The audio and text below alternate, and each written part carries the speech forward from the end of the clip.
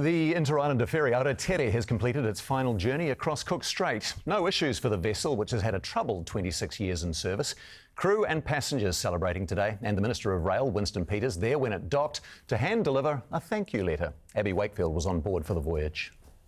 This was Picton's last look at the Aratere after almost 3 decades of service.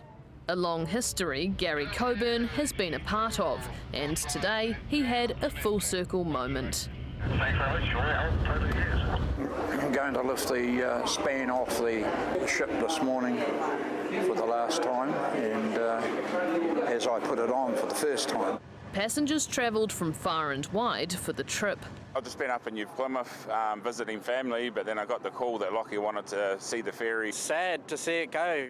And as it made its final voyage through the Marlborough Sounds, it was greeted by an old friend, the Kaitaki. The Aratere first arrived on New Zealand shores in 1999. But it's been plagued by issues from the start. Its first year full of safety and engine troubles. Moments into the crossing, engine warning lights flashed. Useless. No bloody good. It's broken down how many times now? The years that followed, bringing more of the same. All 4 engines have broken down. Officials detained the ship in 2005 due to problems. It was banned from sailing in 2011, needing to be fixed, and in 2013 it lost a propeller. Then there was this. You jump out of an aeroplane enough times with your parachute on, it fails once or twice. And this thing here, when you work as hard as ship's done, every so often something goes wrong. The ship's captain also retiring. She goes and I go, we go at the same time. The crew expressing themselves in different ways. The Aratere retires with some impressive stats behind it. It's completed about 53,000 crossings, carried more than 5 million passengers, 1.5 million passenger vehicles, and more than 500,000 trucks. As it arrived in the capital, Winston Peters was there to hand over a letter of thanks. From the government to the Aratere crew, past and present. Today is an important day for Inter-Islander. Its fleet now down to 2. It'll just be a bit more difficult. We'll have to work longer times, longer voyaging hours, but we're going to make it work. New ships are expected in 2029, with more details on those expected by Christmas. Abby Wakefield, One News.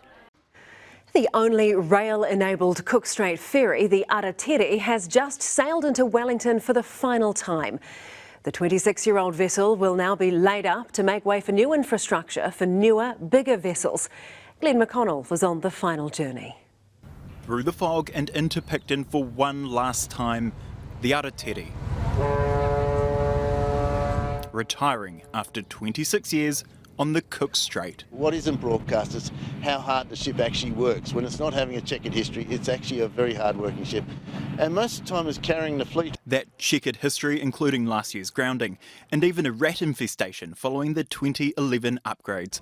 But its crew say there was no better ship to work on. Working is just part of the job. The crew and the fun that we have is the highlight. It's one of 6 ferries on the Cook Strait, but it is the only one that can carry travellers, trucks and trains. Like old cars, they have to be replaced and moved on. It's that's life, I suppose. But it's sad it's going to be the last rail ferry for a couple of years, but because that is the most efficient and best way of going across Cook Strait. I'm very hopeful that the promises are kept and that we get new rail ferries coming down the line at us. They're a little bit late, in my opinion. A unique ship, receiving an equally unique send-off. Picton's locals waving off the Aratere, the Coast Guard riding with it to the end of the Marlborough Sounds, even its competitor blasting the foghorn. This is the final sailing for the Aratere, but so far we don't know what will replace it. The Minister for Rail, Winston Peters, has said the government will have new ships in 2029, but it hasn't signed a deal to buy those ships yet. Are you still confident that the 2029 delivery will take place for the new ships? Yes. Has there been any update on... Because we don't go and sign contracts and then start adding massive costs to them. We expect people to perform. Kaitaki and the Kairahi are able to continue operating until 2029, but Aratere had to come out of service so that the infrastructure could be built to be ready for 2029. Under the old plan, a new ship would have been arriving this year, but the coalition government cancelled that order when costs blew out by about $1.5 billion for port upgrades. The new plan leaves Kiwi Rail a ship down and without any rail link. We know the reduced fleet means fewer jobs, but unlike other politicians, we do not shy away from the hard news. But for now, it's farewell to the Aratere. The ships have always been a part of my life. I sailed on them a lot as a child, so it's a bit emotional seeing this one go. And fingers crossed for 2029. We're on the bridge of Aratere. It is its final sailing across the Cook Strait, heading from Picton to Wellington after about 53,000 trips during its 26 years in service. Over that time, more than 5 million passengers have taken this sailing, although few would have been lucky enough to come to the bridge. The crew today are saying goodbye to what is quite a rare boat now, or ship, crucially, ship in New Zealand. It is the last remaining rail-enabled ship, which means that for the next 3 years, if the government keeps its promise of getting 2 new ships, New Zealand will have no ability to carry trains across the Cook Strait.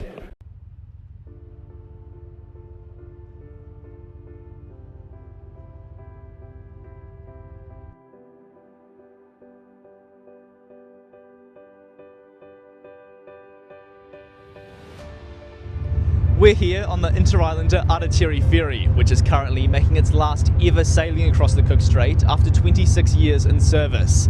The ship needs to be retired to make way for the redevelopment of Picton Wharf, which will allow for the 2 new rail ferries due for arrival in New Zealand in 2029. The booked out Picton to Wellington sailing today is full of former ferry workers and ship enthusiasts who bought a ticket to be part of this historic occasion. Well, today is the last sailing of Aratere after 26 years. You know, it's been a sad feeling, but at the same time, it's been a good one. You know, I suppose it's a little bit bittersweet. You know, this ship has been our home for a lot of us for quite many years. Yeah, part of history, really. Yeah, part of history of seeing. After 26 years of crossing the Cook Strait, it's finally going. And I've just come off leave to take a day just to come over here for the last voyage of the ship and say goodbye to the old girl that I've worked on for many, many years. The only rail-enabled ferry to operate on the Cook Strait, the Aratere's retirement takes Inter-Islander's fleet down by 1/3. After today's sailing, the Aratere will be Smooth sailing this morning, not rough or anything, just coming through the sounds, a little bit of fog, but then sort of opened up and got to see Picton, so it was real nice. Yeah, just come over for the ride. Lockie and myself both keen to get on the ferry and do that last trip. And she's a memorable ship to me. I've liked her since I was really young, and it's really sad to see her go after 26 years in service. It's a bit of a mixed bag of emotions. I've always had a big interest in ferries, especially particularly our rail ferries here in New Zealand, since I was a young boy. And being able to say that I've been on the first and now the last, it's a bit of a mixed bag for me. Yeah, I'm glad I can say I've done it, but yeah, it still gets you there, if you know what I mean. Yeah, bit sad, bit bittersweet. It's always sad to see a ship go when it finally finishes up, but for me, it's a bit of a celebration because I'm ending my time at sea as well. So the ship and I finish off at the same time, basically. Yeah, as he said, you know, it's a bittersweet moment. You know, for a lot of us, we've got a lot of great memories on here. You know, this is our home away from home for basically half a year. But we look forward to, you know, new and better things in the future. I'm going to lift the span off the ship this morning for the last time, and as I put it on for the first time, so it'd be great to do that. Obviously my granddad has a long history with Inter-Islander. My mum and my uncle both worked for Inter-Islander as well. I think my uncle is still working here today and is, I think, helping load the ship this morning for the last time. It's got a unique and wonderful crew. That's what this has got. It's because it's a small crew, because we have a lot of walk on, walk off. Everyone's in a tight space. We tend to work a lot more together and in a lot of cooperation on this ship. We all know each other quite well, and it's a good, close relationship ship. It works really well that way. Yeah, and like you said, because of the uniqueness of the fact that this is the only rail ship as well. We do have that walk on, walk off element. So it adds that extra dimension. It means that you've got to, really sort of get to know everyone as quickly as possible. It's fostered a great environment over the years, and absolutely it's going to be missed. 63rd anniversary this year of rail ferry operations, and it's a shame that it's ending exactly around the same time it actually began in 1962. Probably a bit sad about it, but yeah, be good to be able to say that we had that last ride and see it off. Yeah. Well, it'll be sad to see it finish off, but I'm always stoic about this sort of thing. Yeah. It's a great ship. It's a really great environment on board.